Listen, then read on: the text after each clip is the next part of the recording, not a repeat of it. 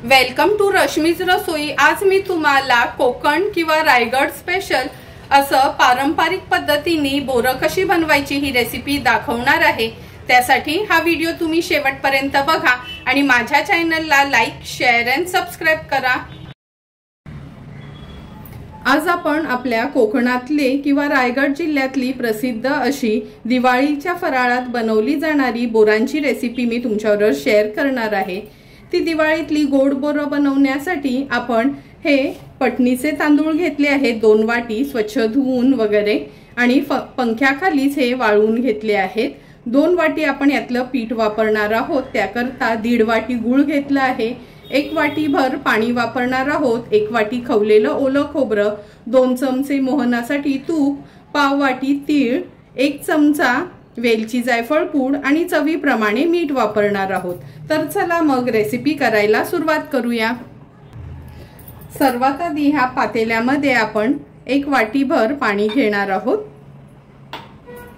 ह्याच्यामध्ये 1.5 वाटी आपण गूळ ऍड करूया।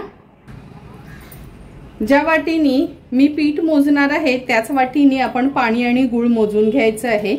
त्यामुळे 1.5 वाटी भर मी गूळ ऍड करते। गुळाचं प्रमाण न तुमच्या आवडीप्रमाणे तुम्ही कमी जास्त केलं तरी चालू शकतं। हे बघा बरोबर 1.5 वाटी आपण गूळ घेतलं आहे। आता हे पाणी आणि गूळ छान गरम करून घेऊया, म्हणजे गूळ व्यवस्थित विरघळलं जाईल पाण्यामध्ये। गॅसची फ्लेम ऑन करते आणि हे गूळ आपण पाण्यामध्ये छान विरघळून घ्यायचंय, जास्त शिजवायचं नाही। हे बघा पूर्ण गूळ लगेचच विरघळला गेलाय। आता गॅसची फ्लेम स्विच ऑफ करते आणि हे पाणी आपण गार करून घेणार आहोत। आता आपण हे स्वच्छ धुवून पंख्याखाली सुकवून घेतलेले, खूप जास्त वेळ सुकवायचे नाही, 2-3 तास फॅन खाली सुकवून घेतले ना हे तांदूळ तरी चालतील, पण उन्हात सुकवायचे नाहीत। आता हे स्वच्छ धुवून सुकवून घेतलेले तांदूळ आहेत ना आपण भाजून घेणार आहोत। तांदूळ भाजण्याकरता आपण गॅसवर हा तवा ठेवला आहे। ह्या तव्यामध्ये तांदूळ घालूया। तुम्ही बघितलं असेल हा मातीचाच तवा आहे। गावी कसं आहे खापरीवरच हे तांदूळ भाजले जातात। खापरी म्हणजे जो मातीचा तवा असतो ना भाकऱ्या बनवायला वापरतात चुलीवर, आणि चुलीवरच हे तांदूळ छान भाजून घेतात। आता लो टू मीडियम फ्लेमवर छान खरपूस होईपर्यंत हे तांदूळ आपल्याला भाजून घ्यायचे आहेत।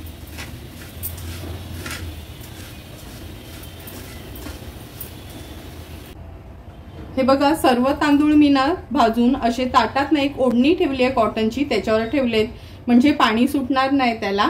थोडे गार झाले का आपण मिक्सरलाच याचं पीठ काढून घेणार आहोत। ह्याच तव्यावर आता 1 वाटी भर आपण हे खवलेलं ओलं खोबरं भाजून घेणार आहोत। तुम्ही ना सुकं खोबरं पण वापरू शकता, पण ओल्या खोबऱ्याने खूप छान चव येते आणि ती बोरं जास्त दिवस टिकण्याकरता हे खोबरं आहे ना अगदी लो फ्लेमवर आपल्याला असं भाजून घ्यायचं आहे, म्हणजे पाण्याचा अंश यातला कमी होईल।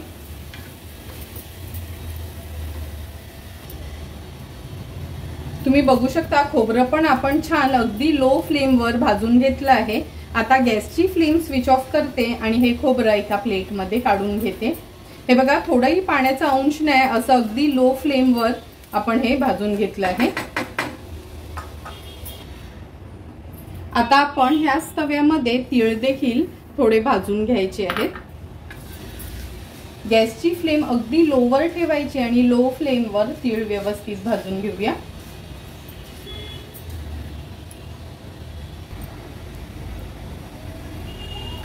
हे बघा तीळ पण आपण लो फ्लेमवर भाजून घेतले आहे। ते थोडे तडतडायला लागले का समजायचे आपले हे तीळ व्यवस्थित भाजून झाले आहेत। जास्त करपवायचे नाही। गॅसची फ्लेम स्विच ऑफ करते आणि हे तीळ देखील एका प्लेटमध्ये काढून घेते।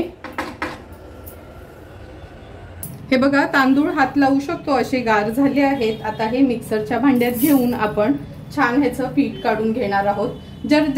जर जास्त प्रमाणात असतील तर तुम्ही चक्कीवरनं दळून आणले तरी चालेल।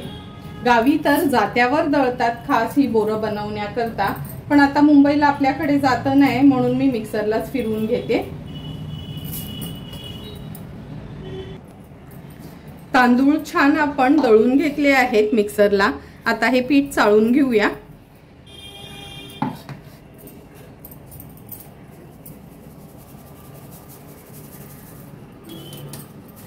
हे बघा थोडंसं भरड राहिलं ना ते मिक्सरला फिरवलं तरी चालेल, पण हे बघा अगदी व्यवस्थित झालं आहे, म्हणजे खूप काय भरड राहिली नाही।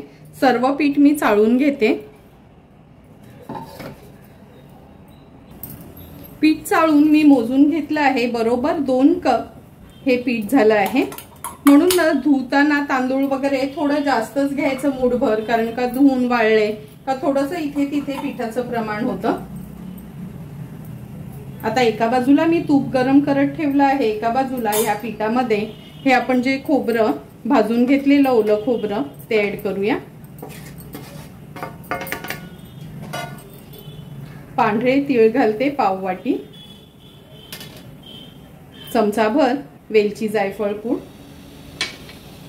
चवीप्रमाणे मीठ, कारण का जरी गोडाचा पदार्थ असला तरी थोडंसं मीठ घातलं का तो पदार्थ खूप सुंदर लागतो। व्यवस्थित मिक्स करून घेऊया।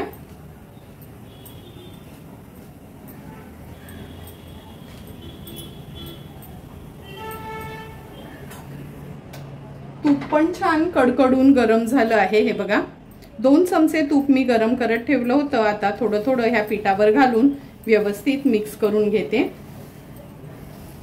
तुपाचं मोहन घातलं ना काही बोरं छान खुसखुशीत होतात, म्हणजे वरना अशी क्रिस्पी वाटतात आणि आतून एकदम खुसखुशीत होतात। व्यवस्थित मिक्स करून घेते।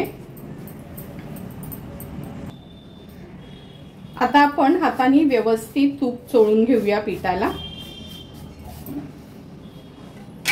खोबरं वगैरे घातल्यामुळे एवढं सुंदर टेक्स्चर पिठाला आलं आहे ना, म्हणजे असं पीठ जेव्हा आपण मिक्स करतो थोडेसे तीळ खोबरं हाताला असं खरखरीत लागतं, असं आपलं हे पीठ आहे। तुपाचं मोहन घातलं का सुंदर अशी खुसखुशीत ही बोरं देखील होतात।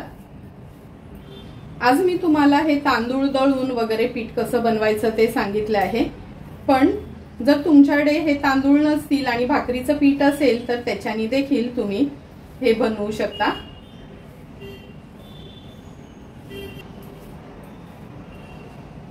व्यवस्थित मिक्स करून झालं आहे। आता ही चहाची गाळणी घेतली आहे, ह्याच्याने आपण हे गुळाचं पाणी आहे ना थोडं थोडं करून ऍड करायचं आहे। खूप सैलसर नाही, थोडंसं असं, म्हणजे आपण चपातीला पीठ मळतो ना तसंच हे पीठ आपल्याला मळून घ्यायचे। लक्षात ठेवा एका वेळी सर्व पाणी घालू नका, कारण का तांदळाचं पीठ मळताना खूप त्याला पाणी लागत नाही, अंदाज घेऊन घेऊनच पाणी ऍड करा।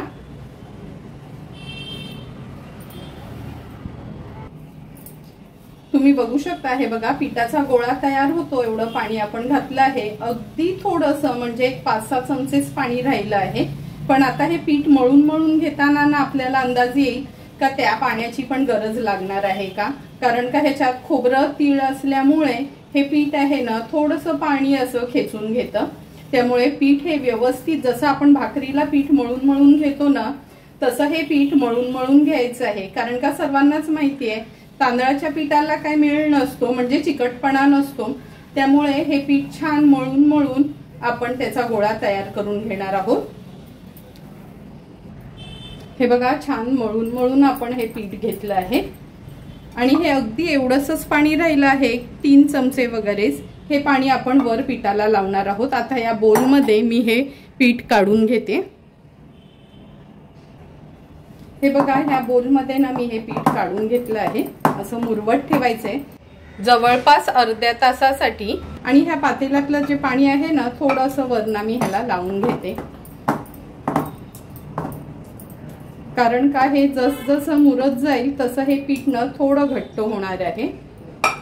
हे बघा बरोबर 2 वाटी आपल्या तांदळाच्या पिठासाठी 1 वाटी पाणी आणि 1.5 वाटी गूळ पुरेसं झालं आहे।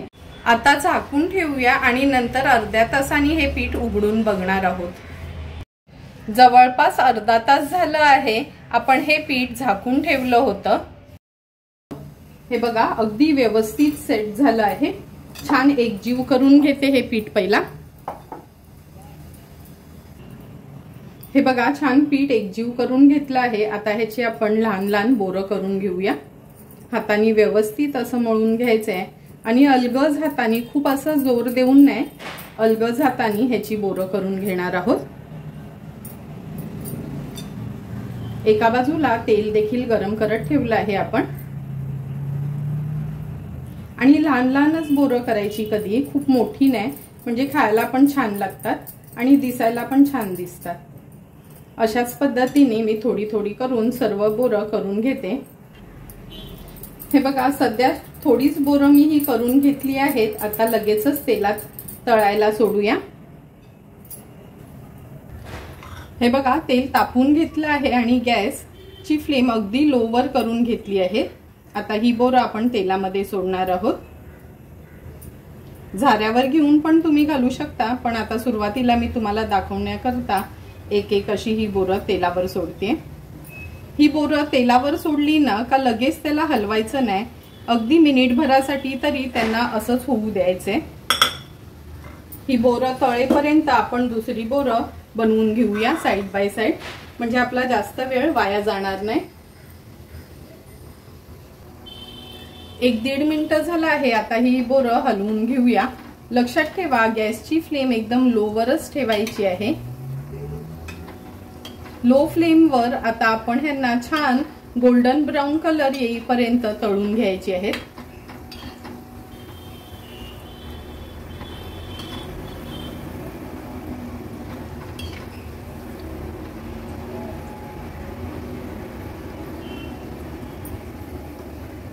सात ते 8 मिनिटं झाली आहेत। ही बोरं आपण लो टू मीडियम फ्लेम वर तळून घेतली आहेत। हे बघा, बोरांना असे ना थोडे थोडे क्रॅक्स पण गेले आहेत। क्रॅक्स गेले म्हणजे समजायचं का बोरं आतपर्यंत व्यवस्थित शिजली गेलेत। आता ही बदामी रंगाची झाली आहेत। आता ह्या बोरांना व्यवस्थित आपण तेल निथळून काढून घेणार आहोत। अशा ह्या मोठ्या झाऱ्यावर काढून घ्यायचं, म्हणजे जे पण एक्स्ट्राचं तेल आहे ना ते निघून जाते। तुम्ही बघू शकता किती सुंदर रंग आणि टेक्स्चर असं हे आपल्या बोरांना आलं आहे। आता अशाच पद्धतीने उरलेली बोरं आपण तळून घेणार आहोत।